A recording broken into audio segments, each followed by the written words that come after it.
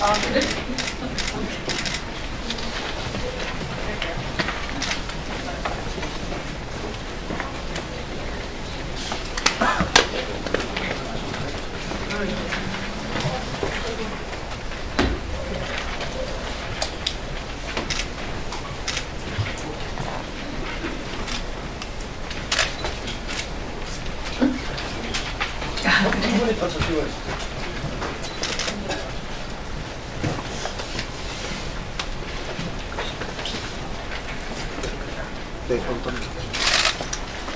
안녕하세요. 정의당 대표 심상정입니다.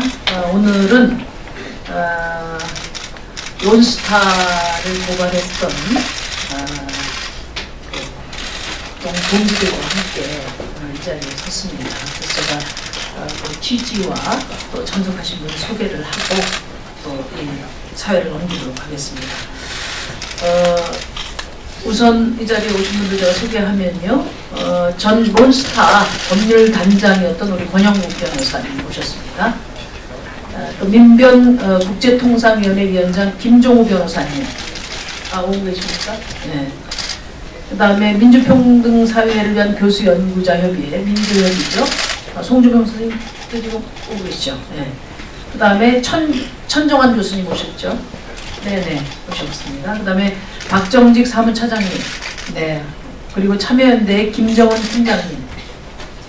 김원정 팀장님. 죄송합니다. 그리고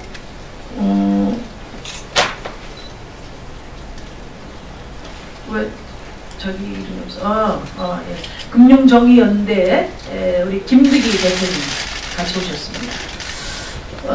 갑자기 웬 론스타냐 이렇게 생각하실 수가 있는데요. 영화 블랙머니로 론스타가 다시 국민적 관심을 끌어올리고 있습니다. 그런데 더 중요한 것은 지금 이 론스타는 현재 진행형입니다. 론스타 사건과 관련해서 그 범죄를 저질렀던 주범들이 현행구조 책임을 지금 지지 않고 있고요. 또 하나는 그 ICSID 소송이 걸려 있는데 이 소송이 곧 발표 결과가 나올 것으로 이렇게 봅니다. 그래서 오늘 론스타를 다시 고발한다는 제목으로 론스타 먹튀 사건에 공동으로 대응했던 우리 역전의 형사들을 모시게 된 겁니다. 제가 법무부에 론스타 그 ICSID 결과에 대해서 질의를 했습니다. 하나는 우선 결과가 나왔느냐 이런 질의를 한 데 대해서는 지금 법무부 답변이 이겁니다. 2013년부터 17년까지 서면 공방과 증인신문 등 변론 절차를 진행하고 현재 절차 종료 선언을 기다리고 있다. 이렇게 답변이 왔고요. 그럼 언제 종료가 되느냐 하는 질문에 대해서는 예상할 수 없다. 이렇게 답이 왔습니다. 또 하나는 론스타와 관련한 주요 혐의자들 중에서 앨리스 쇼트, 그 다음에 마이클 톰슨, 그리고 스티븐 리, 이 사람들은 도피자입니다. 이 주범들의 그 범죄인 인도 요청 진행 상황을 저희가 요청을 했는데 이것은 외교 관례상 답변할 수 없다. 이렇게 지금 현재 답이 와 있는 상태입니다. 론스타 사건은 아시겠지만 2003년 조작된 BIS 비율에 따라서 한국외환은행이 아주 튼튼했던 외환은행이 잠재적 부실금융기관으로 지정돼서 미국에서는 금융업을 할 자격을 부여받지 못한 국제투기자본 론스타에게 헐값 매각된 사건들입니다. 이 근간에는 금융당국과 경제관료들의 부패와 무능이 있었고 국가가 스스로를 무력화하면서 국민의 재산을 사유화한 그런 범죄 사건입니다. 그래서 제가 2004년도에 국정감사에서 론스타 먹튀 사건 진상규명을 제기했고 오늘 이 자리에 오신 분들이 시민사회에서 매우 오랜 세월 동안 이 거대 금융비리 사건을 다뤄오신 그런 분들입니다. 그래서 결론적으로 말씀드리면 이 론스타 사건은 이 사건의 진실과 그 책임 규명이 아직도 이루어지지 않은 그런 사건으로 앞으로 이런 사건이 재발되지 않기 위해서도 국가의 책임을 분명히 물어야 하는 사건이다. 이런 점 말씀드리고요. 또 하나는 지금 익시드의 결정에 따라서 결론에 따라서는 5조 이상의 국민 세금이 또 들어가야 할지도 모르는 그런 사건입니다. 그래서 오늘 이 론스타 사건을 다시 한번 환기하면서 앞으로 이 진상과 책임을 어떻게 규명해야 될지 의견을 듣는 그런 순서로 하겠습니다. 진행을 우리 금융정의연대 김득희 대표에게 넘기겠습니다. 네, 반갑습니다.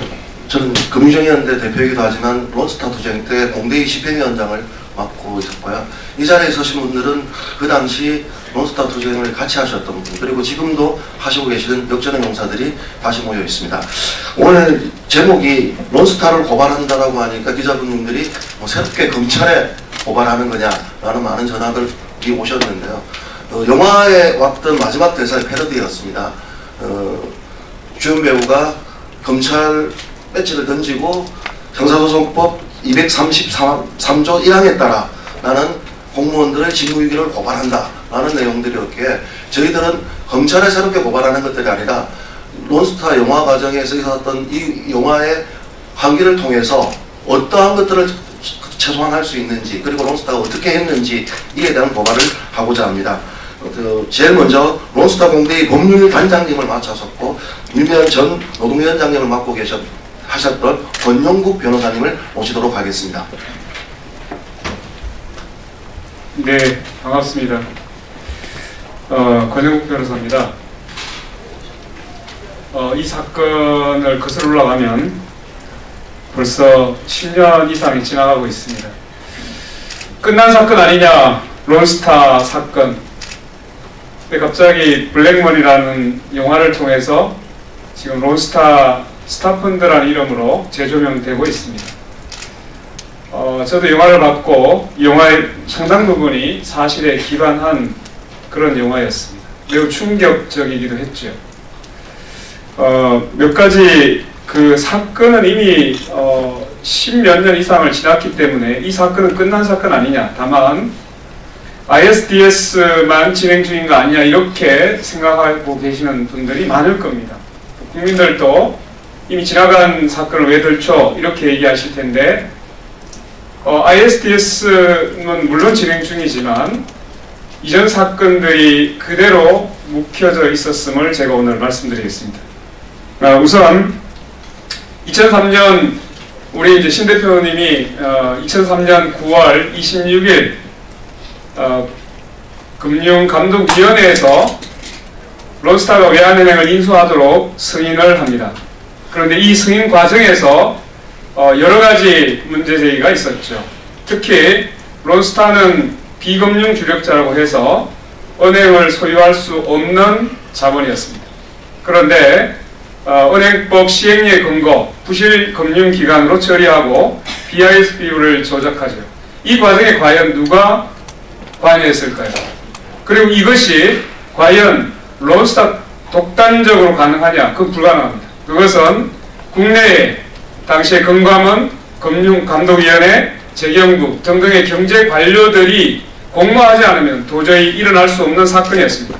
그리고 또 하나는 이 과정에서 도장값이라는 그 얘기가 돌기 시작했습니다. 도장값이라는 얘기는 그 경제 관료들 누군가에 의해서 이 뇌물을 상징하는 그런 언어였었는데 여전히 그 얘기가 있었고 그런 과정을 통해서 산업자본에 인수되는 과정을 겪습니다.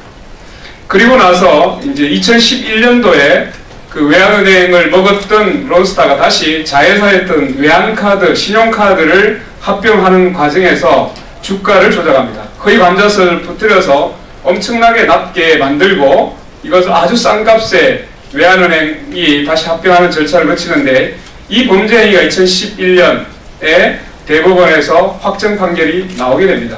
이걸 통해서 당시에 금융 관련 범죄를 저지른 대주주는 한도 초과 지분을 스스로가 한도 내로 맞춰야 되는 의무가 은행법에 주어져 있습니다. 만약 이것을 스스로 하지 않으면 결국 매각명령을 내리도록 되어 있었는데, 당시에 금융위원회는 이것을 하나금융은행과의 계약을 승인하는 절차로 가버립니다. 결국은 금융범죄를 저지른 자에 대해서는 제재 차원에서의 매각명령을 내도록 되어 있습니다. 따라서 주식을 경영권 프리미엄을 갚도록 해서 매매 계약을 체결하고 이것을 승인하는 것은 결과적으로 당시에 금융당국이 직무유기일 뿐 아니라 직권남용을 했던 사안입니다.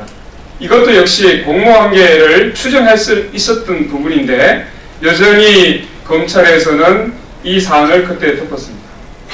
이로 인해서 결국은 징벌적 매각 명령을 하지 않은 것을 빌미로 해서 이 론스타는 우리나라 정부를 대상으로 어차피 단순 매각 명령을 할 거라면 빨리 했어야지 왜 늦게 해서 나에게 지연 손해를 입혔어 라는 말도 안 되는 정말 후한무치한 이유를 가지고 우리 정부를 공격했습니다. 그것은 우리 정부가 자초했던 것이죠. 왜냐하면 위법 사항에 대해서 징벌 매각을 했더라면 그 지연에 따른 손해 주장을 할 수가 없었습니다. 그런데 오히려 단순 매각 명령을 승인하는 것으로 인해서 지연 이자, 지연 손해까지를 청구하는 이런 웃지 못할 사건이 발생하게 됩니다. 그러면 우선 ISDS 이외에 다른 사안 뭐가 있었느냐를 한번 보겠습니다. 2006년 그 부친자료에 나와 있습니다. 외환은행 그 인수 사건에 관한 중간 수사 결과가 대검찰청에서 발표를 합니다. 2006년 12월 7일 날 발표를 했는데 그 내용 중에 보면 아직 남아있는 게 있습니다. 부친자료 두 번째 보시면 김석동 등을 상대로 로비를 시도한 정황이 엿보이나 외환은행 매각 과정에 관여한 행위를 전면 부인하면서 로비 과정을 함구하고 있음 돼 있고요. 여기에서 론스타 한국 대표 스티븐 리의 진술을 들어보아야만 진상을 규명할 수 있다고 판단되나 동인이 해외 도핑 중이어서 참고인 중지 처분함 라고 되어 있습니다. 이 스티븐 리가 이 로비의 가장 핵심적인 인물로 검찰은 당시에 보고 있었고, 그래서 스티븐 리를 당시 론스타의 한국 대표였습니다. 이 사람을 결국은 미국 도피에 있었기 때문에 기소중지 처분을 하게 이릅니다. 이때 이탈리아에 한번 체포가 된 적이 있는데 법무부가 매우 넉장 대응을 해서 결국은 이탈리아에 석방되는 일도 있었습니다. 따라서 지금 현재 이 로비나 뇌물죄로 추정되는 이 범죄 행위는 여전히 공소시효가 살아있습니다. 스티븐 리가 처음부터 외환은행을 인수하는 단계에서 관여했기 때문에 우리 경제 관료들과의 공모관계가 여전히 그 범죄 행위로서의 공소시효가 살아있습니다. 따라서 우리는 우리 정부와 검찰에 요구합니다. 지금 현재 기소 중지되어 있는, 해외로 도피하여 기소 중지되어 있는 아까 신 대표님이 얘기했던 론스타의 대표적인 3인방이 있습니다. 앨리스 쇼트 부회장, 그리고 마이클 톰슨 법률 고문, 그리고 한국 대표였던 스티븐 리에 대한 범죄인 인도 청구를 형식적으로 유지하고 있을 것이 아니라 실질적으로 범죄인 인도를 받아서 당시에 외환은행을 인수할 당시에, 그리고 그 이후에 매각 과정에서 나타났던 여러가지 불법 비리 범죄 행위에 대해서 철저하게 수사하여 이 진상을 가려낼 것을 다시 한번 강력하게 촉구합니다. 고맙습니다. 예, 고영 변호사님 한마디 말씀을 빠뜨리셨는데요. 참고사항을 말씀드리면 스티븐 리는 론스타에 의해서도 횡령죄로 고발되어 있는 상태이기 때문에 최소한 미국 국적을 가지고 있다 하더라도 론스타에서도 고발했기 때문에 지금 미국에 못 들어가고 있는 상황입니다. 그렇기 때문에 한국이 법무부가 의지만 가지고 범죄인도 요청을 한다면 최소한 스티븐 리는 잡아올 수 있다는 게 저희들이 판단입니다. 예, 다음은 이어서 ISD 관련해서 끈질기게 정보공개 청구 소송도 하고 있고 지금 ISD에 관해서 끝까지 포기하지 않고 있습니다. 민변국제통상위원회 위원장님을 맡고 계시는 김종우 변호사님 모시고 말씀 들어보도록 하겠습니다.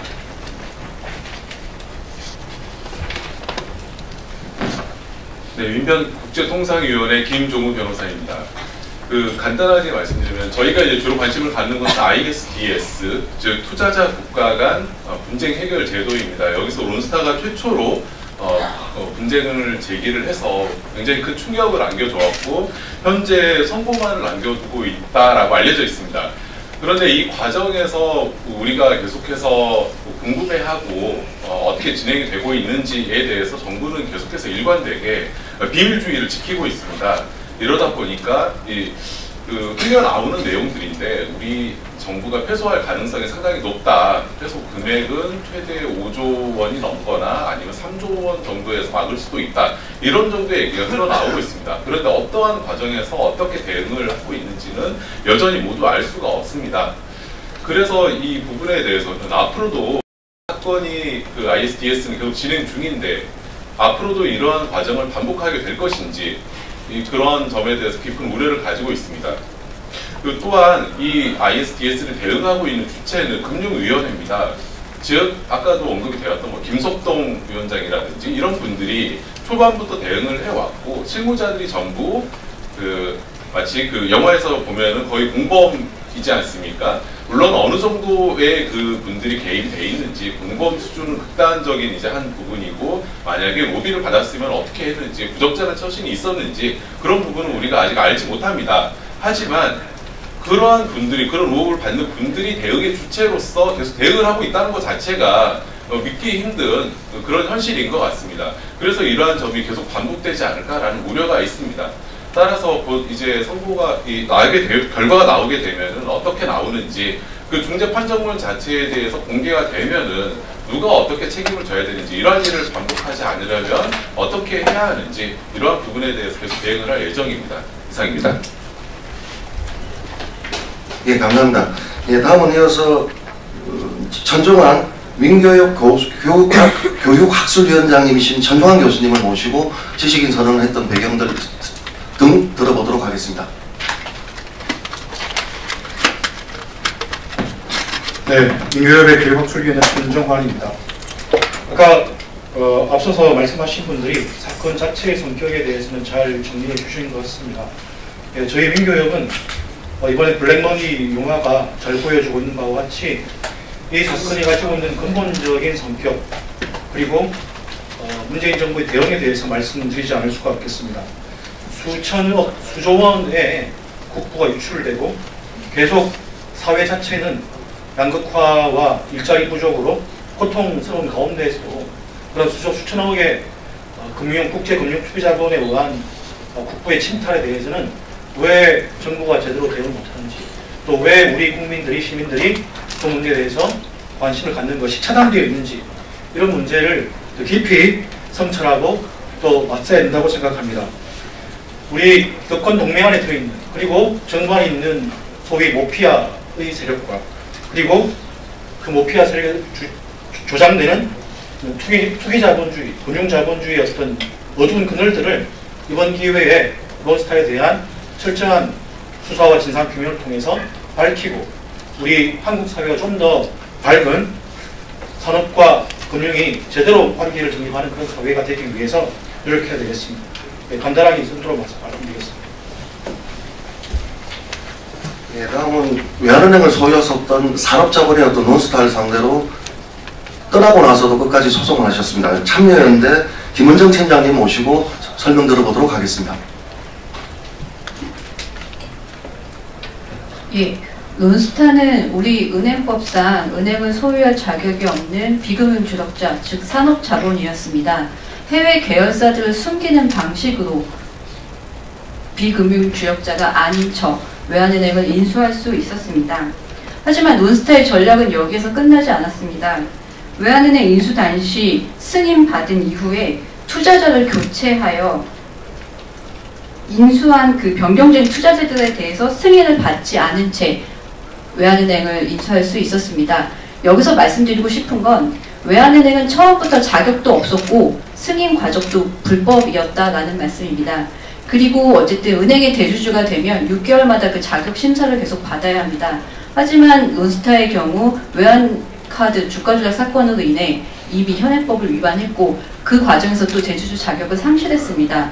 외환은행은 처음에 자격도 없었고 그 승인 과정도 불법했고 이후에 대주주가 되어서도 그 자격을 본인의 위법 행위로 인해 스스로 상실했다는 말씀을 드리고 싶은 겁니다. 하지만 그 과정에서도 외환은행은 천문학적인 배당과 배당 이익을 챙겨 한국을 떠날 수 있었습니다. 잘 아시겠지만 이 과정에는 금융감독당국의 도움이 없이는 절대 불가능했습니다. 이 말씀을 드리고 싶은 건 ISDS 저희가 어떤 과정을 거쳐서 진행되고 있는지 알지 못합니다. 하지만 우리가 이길 수 있는 방법이 있다면 그것은 금융감독당국이 본인의 책임을 인정하는 것이라고 생각을 합니다. ISDS 국민의 세금을 담보로 진행되고 있습니다. 하지만 그 과정 어떻게 대응을 하고 있는지 논스타의 위법 행위가 어디까지인지 국민들은 알지 못한 채 그저 할 일 없이 기다리고 있습니다. 저희는 지금이라도 금융감독당국이 본인의 책임을 인정하고 논스타는 처음부터 자격이 없었다라는 점을 적극 피력해야 한다고 생각합니다. 논스타가 산업자본이었고 은행을 가질 자격이 없었다는 거 우리 정치권에 계시는 여러 의원님들 그리고 노동시민사회단체들 지난 10수년간 지독하게도 외쳐왔습니다. 그리고 관련 고발들도 수없이 진행했습니다. 참여연대는 2011년부터 주주들을 모아서 논스타 시민소환운동을 2차례 걸치면서 주주대표 소송을 진행하기도 했습니다. 하지만 외환은행이 하나은행과 합병하면서 외환은행으로서의 자격을 상실했다라며 그 주주대표 소송 그렇게 눈앞에서 기각되는 것도 저희는 지켜봐야만 했습니다. 논스타에게 책임을 묻을 수 있는 방법 여러 번 있었다고 생각합니다. 하지만 그 고비마다 금융감독 당국의 도움을 얻어서 논스타는 유유히 떠날 수 있었다고 생각합니다. ISDS 국민 세금으로 담보를 하고 있기 때문에 저희는 그 과정에서 반드시 정부가 자기 책임을 인정하고 국민의 손해를 최소화하는 방법으로 가야 한다고 보고 있습니다. 감사합니다. 다들 여러 말씀들 많이 해주셨습니다. 저희들이 역전의 용사가 되는 게 아니라 논스타가 처벌받는 그날까지 계속 투쟁할 것들 그리고 계속 고발할 것을 말씀드리고요. 마지막으로 그럼 영화를 보면서 관객들이 분노하고 저희들에게 연락이 옵니다. 그럼 어떻게 해야 되느냐? 저희들이 요구합니다. 아이러니하게도 논스타 수사를 했던 당시 검사가 지금 현재 윤석열 검찰총장입니다. 그래서 범죄인도 요청을 심상정 대표님이 자료를 받아봤는데 2013년도에도 무의미하게 그냥 형식적인 답변, 지금도 형식적인 답변을 해왔습니다. 최소한 이거 하나만이라도 결자해지 차원에서 윤석열 총장이 스티븐님만 잡아온다면 거기에 연관된 뇌물죄 등으로 금융관료들을 처벌할 수 있다는 게 법률 자문의 결과들이었습니다. 그래서 마지막까지 저희들 포기하지 않고 단 한 명이라도 처벌할 수 있도록 끝까지 노력하겠습니다. 감사합니다.